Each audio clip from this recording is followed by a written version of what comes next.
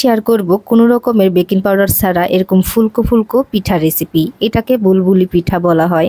এটা তেলে দেওয়ার সঙ্গে দেখবেন যে ফুলে একদম ডাবল হয়ে গেছে। সেজন্য আমাদের লাগবে এখানে 1 কাপ পরিমাণে পানি। প্রথমে আমি 1 কাপ পানি দিয়েছি আর দিয়ে দিব একটু লবণ, দিয়ে দিচ্ছি এখানে 1/4 কাপ চিনি। চিনিটা বাড়িয়ে কমিয়ে দিতে পারেন। এবার হচ্ছে এটাকে ভালোভাবে একটু জাল করে নিতে হবে, মানে 2 থেকে 3 বার বলক উঠিয়ে নিলেই হবে।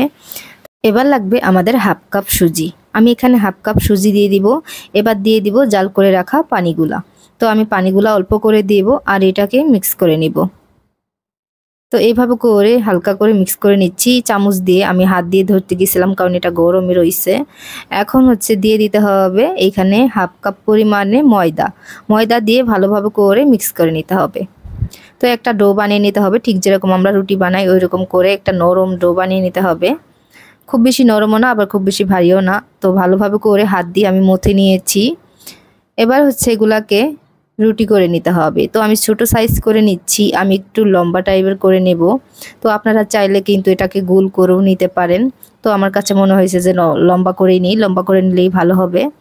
তো এটা খুব বেশি ভারীও করা যাবে না আবার খুব বেশি পাতলাও করা যাবে না। আমি কিভাবে নিয়েছি অবশ্যই আপনারা খেয়াল করেছেন।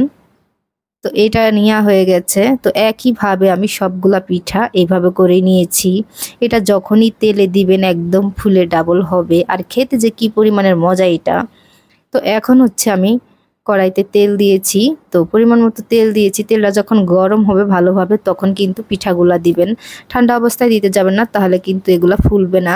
তো আমি দেয়া মাত্রই কিন্তু দেখতে পারলেন যে এটা একদম নিজে থেকেই ঘুরে গেল, মানে ফুলে একদম নিজে থেকে ঘুরে যাচ্ছে। এত বেশি ফুলকো হয়েছে আমি একটা চামচ দিয়ে উল্টাতে পারতেছি না, 2টা চামচ ধরে ধরে উল্টাতে হচ্ছে। কারণ হচ্ছে যে এত বেশি ফুলকো হয়েছে, কারণ নিজে থেকে এটা ঘুরে যাচ্ছে।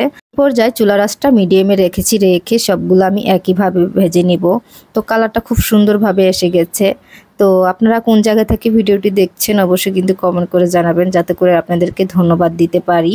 তো এখন হচ্ছে আমি এগুলা দেখেন আমি উল্টে দিচ্ছি। কি সুন্দর লাগছে খেতে, যে কি পরিমাণের মজা।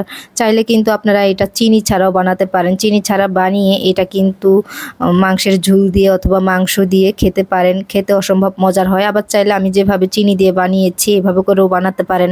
বাচ্চাদের টিফিনেও দিতে পারেন, ছোট থেকে বড় সবাই অনেক পছন্দ করেছে। যে কোনো কিছু বানাতেই যান ধৈর্য হারা হবেন না, একটু ধৈর্য নিয়ে বানাবেন, তাহলে দেখবেন সব কিছুর মধ্যে কিন্তু আপনি সব কিছু মানে আপনি বানাতে পারবেন, কোনো কিছুতেই ফেল দিবেন না।